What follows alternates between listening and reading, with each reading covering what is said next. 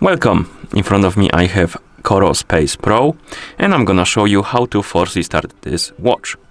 The force restart could be useful if, for example, something on your watch is not working properly, or maybe your watch is frozen or unresponsive.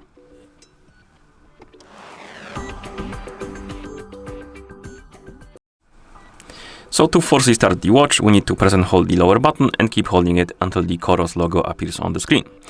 It takes about 10 seconds, I would say, so keep holding the button.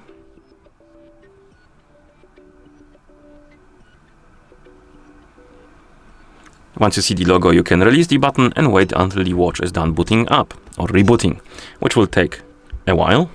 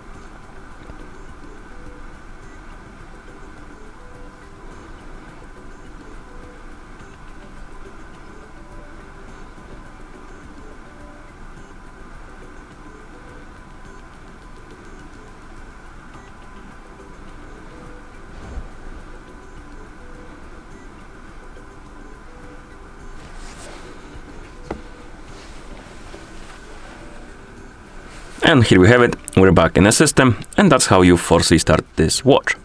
Thank you for watching. If you found this video helpful, please consider subscribing to our channel and leaving a like on the video.